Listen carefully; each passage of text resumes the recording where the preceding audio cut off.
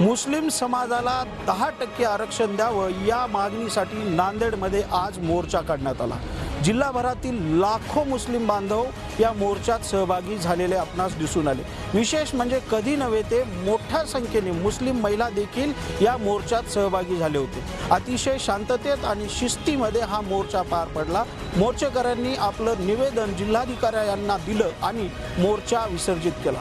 मुस्लिम समाजाच्या शरीयत कायद्यात कुठलाही बदल करू नये, मुस्लिम तरुणांना दहशतवादी म्हणून जे टार्गेट केल्या जाते त्याची नीट चौकशी करावी आणि शेतकऱ्यांना कर्जमाफी करावी अशी मागणी यावेळी मुस्लिम मोर्चेकऱ्यांनी केली।